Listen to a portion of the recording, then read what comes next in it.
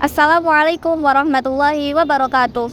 Halo teman-teman semua, pada kesempatan kali ini saya akan mengajak kalian semua untuk napak tilas bersama ke beberapa makam Sayyidah yang ada di Mesir. Bagaimana perjalanan kami? Yuk simak selengkapnya.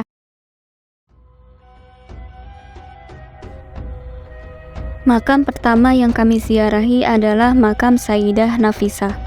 Sebelum menjelaskan biografi beliau, alangkah baiknya kita membaca tahlil terlebih dahulu sebagai salah satu adab ziarah kubur.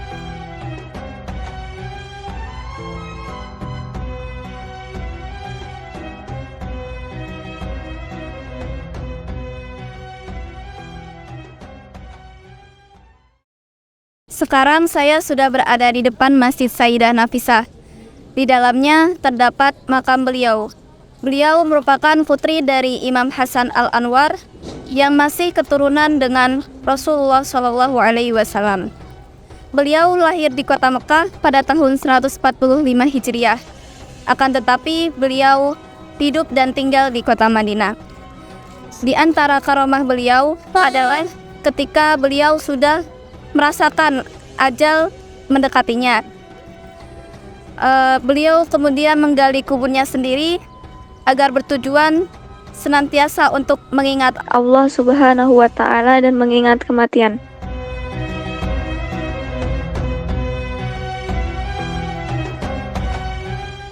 Sayyidah Nafisah merupakan salah satu keturunan Rasulullah SAW.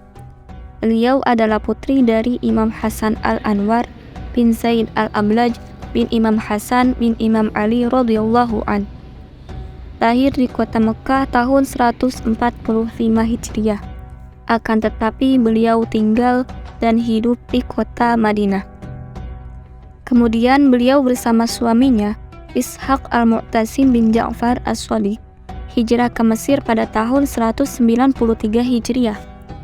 Beliau disambut dengan baik oleh penduduk Mesir dan juga sangat dihargai dan dihormati.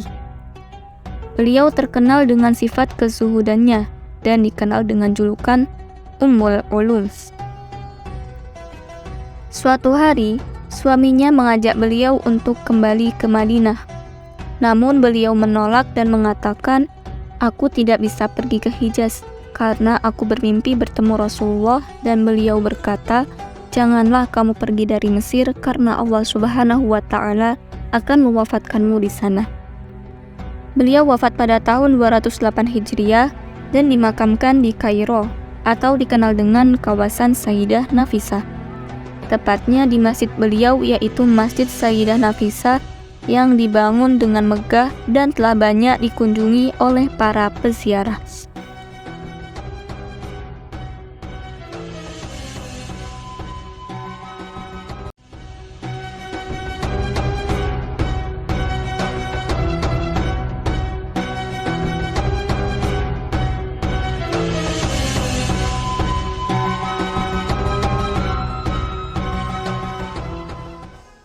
Makam selanjutnya yang kami ziarahi adalah makam Sayyidah Sukainah. Nah, di belakang saya adalah makam Sayyidah Sukainah. Beliau nama aslinya adalah Aminah dan beliau merupakan putri dari Sayyidina Husain bin Ali radhiyallahu an. Julukan nama Sukainah yang berarti adem dan tenang merupakan julukan yang diberikan oleh ibundanya yang bernama Robab binti Umru'ul Qais karena kesolehannya. Menurut pendapat yang muktamad, beliau lahir pada tahun 47 Hijriah.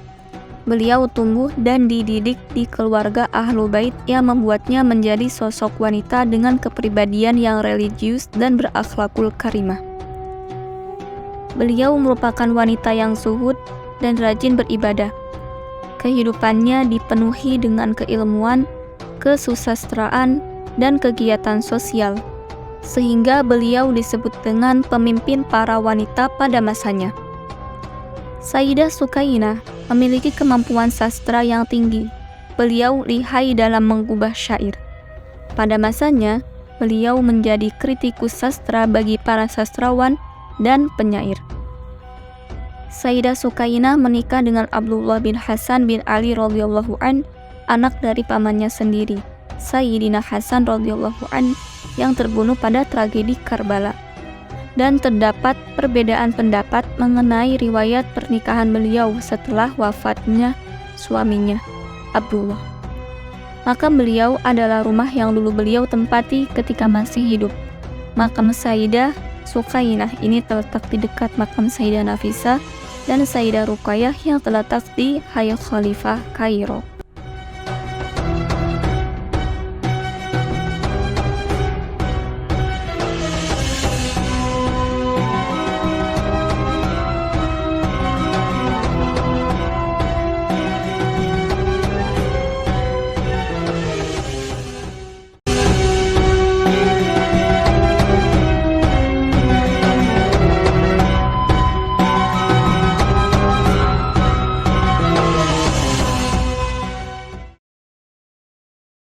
Sekarang saya berada di kompleks makam Sayyidah Ruqayyah. Dan di samping saya sudah terdapat makam Sayyidah Ruqayyah yang mana terjadi perbedaan pendapat dalam penisbatan makam Sayyidah Ruqayyah. Apakah makam Sayyidah Ruqayyah binti Ali radhiyallahu an atau Sayyidah Ruqayyah binti Ali Ridho bin Musa al-Kazim.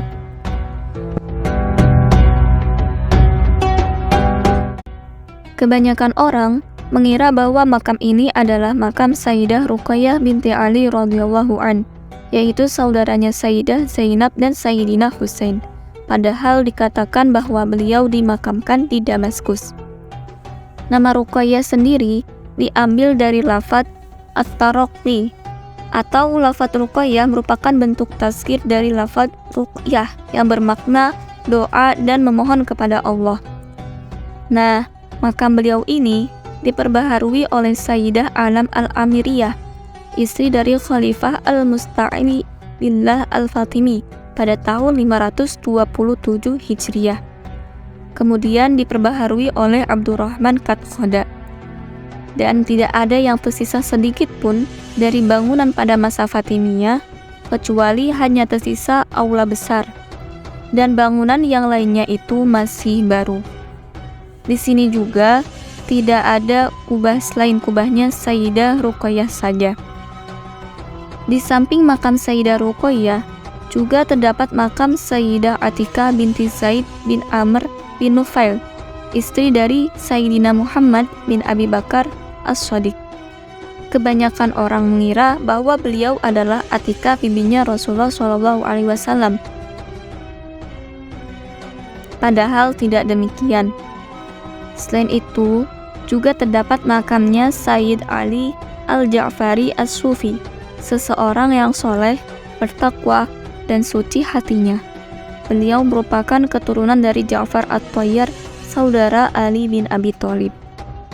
Nah, di kompleks pemakaman Sayyidah Ruqayyah ini terdapat masjid yang dinisbatkan kepada nama beliau, yaitu Masjid Sayyidah Ruqayyah yang baru selesai direnovasi. Masjid ini nampak megah dan indah, dan apalagi pelatarannya dihiasi dengan marmer putih.